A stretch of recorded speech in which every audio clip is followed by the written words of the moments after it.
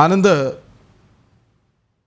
അതായത് നാളെ തിരച്ചിൽ ഏതു പ്രകാരമായിരിക്കും? ഇപ്പോൾ ലോറിയുടെ പൊസിഷൻ എന്താണ് എന്ന കാര്യം പോലും നമുക്ക് വ്യക്തതയില്ല. ഒരുപക്ഷെ അവർക്കത് അറിയാമായിരിക്കും. അതുപോലും നാളെ എത്ര വേഗം പുറത്തു വരും എന്നതിനെ ആശ്രയിച്ചിരിക്കും. അതായത് ലോറിയുടെ പൊസിഷൻ എന്താണ് എന്നറിയാനുള്ള ഒരു അന്വേഷണം നടക്കുന്നുണ്ടാകും. അതിലൊരു സ്ഥിരീകരണം വരുത്തേണ്ടതുണ്ട്. കൂടുതൽ ഉപകരണങ്ങൾ നാളെ എത്തിക്കും എന്നാണോ? നാളത്തെ തെരച്ചിൽ എങ്ങനെയാവും?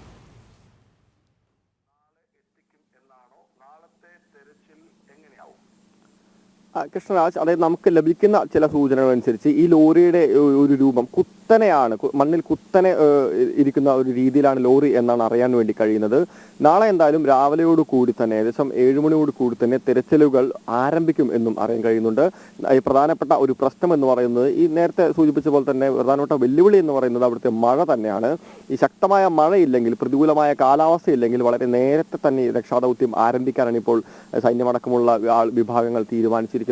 അതിലെ പ്രധാനപ്പെട്ട ഒരു കാര്യം എന്ന് പറയുന്നത് ഈ ലോറി അതേ സ്ഥലത്ത് തന്നെ ഉറപ്പിച്ചു നിർത്തുക എന്നാണ്. സ്വാഭാവികമായും അത്തരത്തിൽ അതേ സ്ഥലത്ത് തന്നെ ഈ ലോറി ഉറപ്പിച്ചു നിർത്തണമെങ്കിൽ ഈ നേവി അംഗങ്ങളുടെ, അതായത് ഈ ഡീപ് ഡൈവേഴ്സിന്റെ ആവശ്യകത വളരെ അധികമാണ്. പ്രത്യേകിച്ച് അടിയിലേക്ക് മുങ്ങിപ്പോയിക്കൊണ്ട് അതുമായി ബന്ധപ്പെട്ട പ്രവർത്തനങ്ങൾ ചെയ്യേണ്ടത് അവരുടെ ഒരു പ്രധാനപ്പെട്ട ജോലിയുടെ ഭാഗം തന്നെയാണ്. പക്ഷേ ഇന്ന് അതിനുവേണ്ടിയുള്ള ഒരു ശ്രമം നടത്തിയിരുന്നു. ഏകദേശം 4 മണിയോട് കൂടി തന്നെ ഡീപ് ഡൈവേഴ്സ് 3 സംഘങ്ങളായിക്കൊണ്ട് ഏകദേശം 15 പേരടങ്ങുന്ന ആളുകൾ ആ സ്ഥലത്തേക്ക്, അതായത് ഈ ലോറി ലൊക്കേറ്റ് ചെയ്തു എന്ന് പറയുന്ന സ്ഥലത്തേക്ക് പോവാൻ തയ്യാറായപ്പോഴാണ് മഴ കനത്തത്, കാറ്റ് അതിശക്തമായി വീശിയത്. അതോടുകൂടിയാണ് ആ ശ്രമം ഉപേക്ഷിച്ചത്.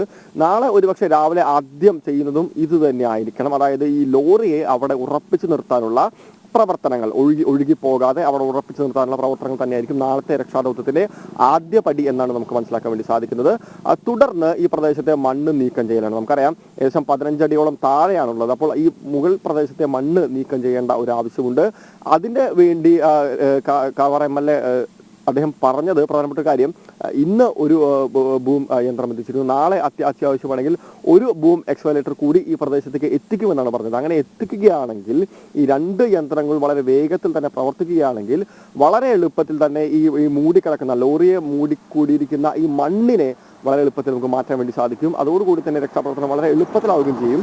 മാത്രമല്ല ഈ അത്യാധുനിക സംവിധാനങ്ങൾ, ഉപകരണങ്ങൾ വീണ്ടും നാളെ അധികം കൊണ്ടുവരുമെന്നാണ് പറയാൻ വേണ്ടി സാധിക്കുന്നത്. പ്രത്യേകിച്ച് ഡ്രോൺ അടക്കമുള്ള സംവിധാനങ്ങൾ ഉപയോഗിച്ച് ഇതിന്റെ കൃത്യത കുറച്ചുകൂടെ ഉറപ്പുവരുത്താനുള്ള ഒരു ശ്രമവും നടക്കുന്നുണ്ട്. ഏതാണ്ട് ഉറപ്പ് തന്നെയാണ്, അതായത് 100% അല്ലെങ്കിൽ 90%-ലധികം അത് അർജുന ട്രക്ക് തന്നെയാണെന്നാണ് സ്ഥിരീകരണം. പക്ഷെ അത് കൂടുതൽ ശാസ്ത്രീയമായിട്ട് ഉറപ്പിക്കുന്നതിന് വേണ്ടിയാണ് അത്തരത്തിലുള്ള ഡ്രോൺ സംവിധാനം കൊണ്ടുവരുന്നത്.